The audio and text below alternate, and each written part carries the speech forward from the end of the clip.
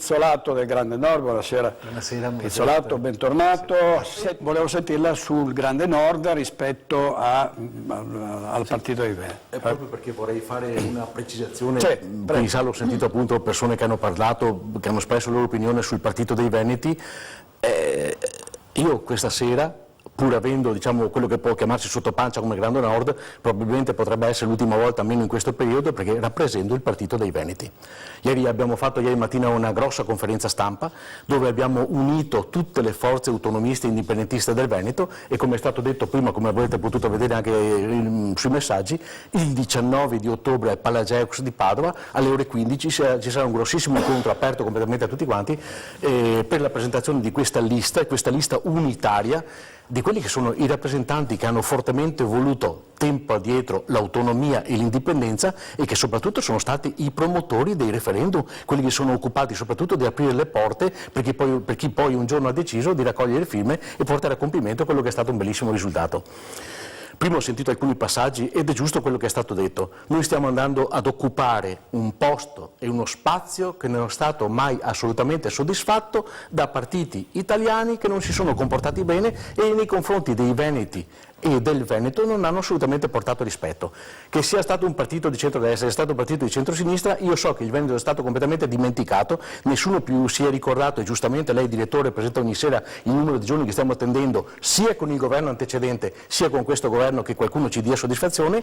Noi dal 19 di ottobre partiremo chiedendo i voti alla gente veneta che vuole parlare di autonomia e di indipendenza, chiedendo soddisfazione ai più di 2 milioni di persone che hanno voluto questo referendum, che hanno voluto questa cosa. È logico che ci presentiamo per coprire giustamente questi buchi che sono stati creati dove nessuno ha portato qualcosa a casa. Che poi il governatore della regione Veneto stia combattendo, stia facendo qualcosa di personale, è giusto, è corretto e probabilmente, come ho avuto l'occasione di dire che il mese scorso sono stato suo gradito ospite, probabilmente Luca Zaia penso possa essere rieletto. Ci sarà però uno spazio giusto anche per questi partiti, anche per noi, perché cercheremo di condurre la nostra guerra privata, guerra per carità metaforicamente parlando, per cercare di portare a compimento quello che gli altri non sono stati capaci di fare, o dando una mano o cercando di vedere cosa si può fare anche autonomamente, però portare a casa un risultato che è dovuto almeno per il rispetto di tutte quelle persone che hanno fatto lo sforzo di presentarsi alle urne e spendere 14 milioni di euro veneti e che hanno voluto fortemente questa cosa che dagli altri non è stato fatto. Poi, per carità, ognuno farà le proprie scelte. Noi portiamo avanti una politica nella quale crediamo da tanti anni e che tanti altri hanno completamente dimenticato. Così come 24 anni fa sono partito autonomamente con altri partiti per cercare di portare avanti le istanze del Nord, che sono state completamente dimenticate, le istanze del Veneto, che sono state completamente dimenticate e tralasciate, così continuerò fino alla morte a portare avanti queste istanze, cercando di fare in maniera di avere un Nord un attimo più libero, un attimo migliore, e un Veneto più libero e migliore rispetto a quello che è stato fatto fino adesso. E questo, la mia risposta a chi ci sta guardando, a quelli che vogliono cercare di capire cosa vuol dire questo partito dei Veneti, che ripeto per la prima volta raggruppa tutte queste listone che si sono messe tutte assieme per dare soddisfazione soprattutto alle persone. È una galassia, un insieme di tanti movimenti che molto spesso non sono andati, non erano in sintonia. C'è il rischio che le molte differenze poi portino a confronti, a scontri interni, ci potrebbe essere dal vostro punto di vista una compattezza Relativamente a questo casino, che si può chiamare così, che sta accadendo in Turchia, vedo le cose con due macchie che sono veramente eclatanti. Prima cosa, se fossi stato Trump non avrei mai lasciato un po' di libertà, alla Turchia di poter invadere, di poter fare quello che ha fatto, e in tutta sincerità fare in maniera che Trump e che l'America si tiri da parte affinché la Turchia possa attaccare il popolo curdo di nuovo, che fino a ieri sono stati quelli che assieme a alcuni parti siriane sono stati quelli che si sono impegnati morendo per dare caccia a quelli dell'ISIS, sinceramente lascia un po' perplesso. Poi l'ultima cosa che lascia sinceramente amarezza, tantissima amarezza, è che noi con la Merkel eravamo quelli che volevano parlare di Turchia in Europa? Cioè, cosa ci stavamo, perché un anno fa avevo detto questa cosa qui e sembrava che qualcuno mi stesse facendo la guerra, stesse impazzendo quando ho detto che la Turchia non deve assolutamente entrare in Europa, ma questa sarebbe una nazione che dovrebbe far parte dell'Europa, che sappiamo che non è assolutamente europea e che si comporta in questa maniera. Cioè, la risposta io spero possano darli i telespettatori, perché è una cosa di una vigliaccheria unica e che mette ancora in moto un'altra volta i ricatti che questo ci sta facendo, praticamente dove dice che ci scaricherà milioni di immigrati. Quello che già abbiamo di penoso all'interno della nostra Europa, all'interno dell'Italia, è quello che sinceramente spero che a livello di ONU possa essere fermato e possa essere calmato, perché guardate che tanti pazzi governano il mondo, però a un certo punto bisognerebbe anche porre fine a determinate cose, sinceramente. Diceva Pizzolato, scusi? Ho detto, te lo dice uno, ho detto che ti pesi il portafoglio, che lavorando in banca conosce perfettamente queste cose. Noi abbiamo fatto una ricerca approfondita in tutto il Veneto, la mia banca adesso è diventata una grossa banca veneta, è collegata direttamente con le banche di credito cooperativo di Roma, e abbiamo studiato quello che effettivamente diceva Palasco e quello che giustamente diceva anche Presti. I ragazzi che escono diplomati e con un certo tipo di istruzione che si presentano all'interno delle aziende chiedono di poter essere pagati per quello che hanno sostenuto di spese, per quello che hanno studiato.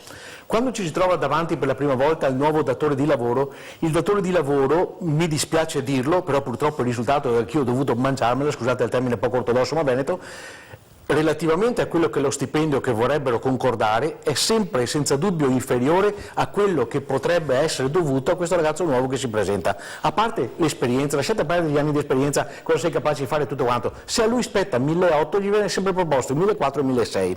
Così come abbiamo visto anche in alcuni alberghi di Belluno, che siamo andati a fare alcune interviste importantissime e ci hanno risposto proprio anche i camerieri, i cuochi e tutti quanti di questa cosa. Per cui hanno detto dobbiamo scegliere.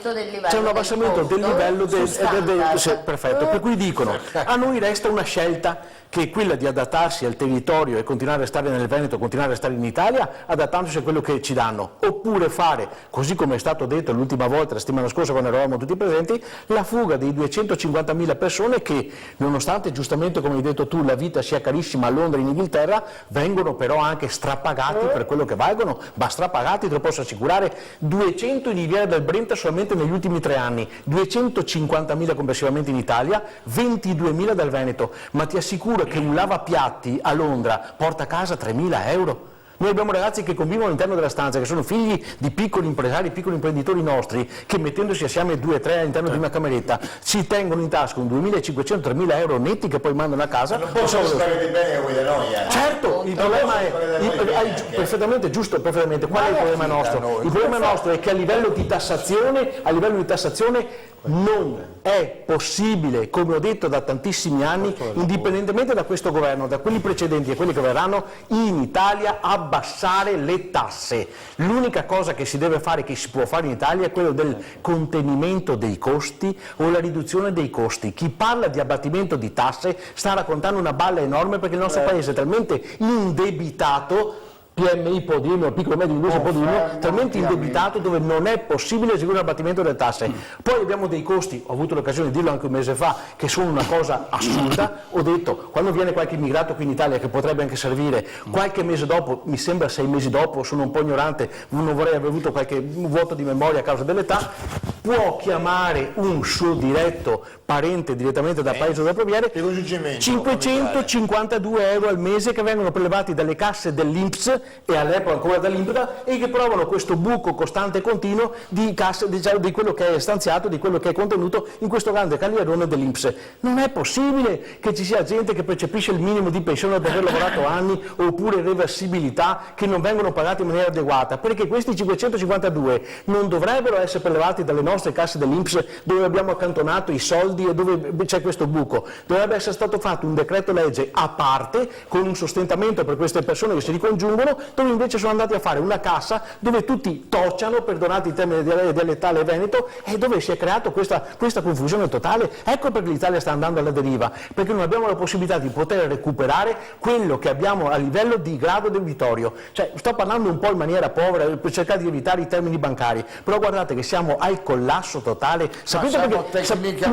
Ultimi 10 secondi. Sapete perché stiamo andando avanti? Sapete perché stiamo andando avanti? Perché all'interno delle banche ci sono ancora diversi soldini di risparmio dei nonni e dei papà. Nel momento esatto in cui i nonni e i papà spariranno e moriranno, i figli che non hanno potuto creare una cassa per loro, un qualcosa per comprare la casetta, non diamo più mutuo a nessuno noi se non hai un lavoro a tempo indeterminato, dimenticatevi questo qui, o un qualcosa di concreto, vedrete in Italia fra anni, per carità, cosa succederà ai giovani.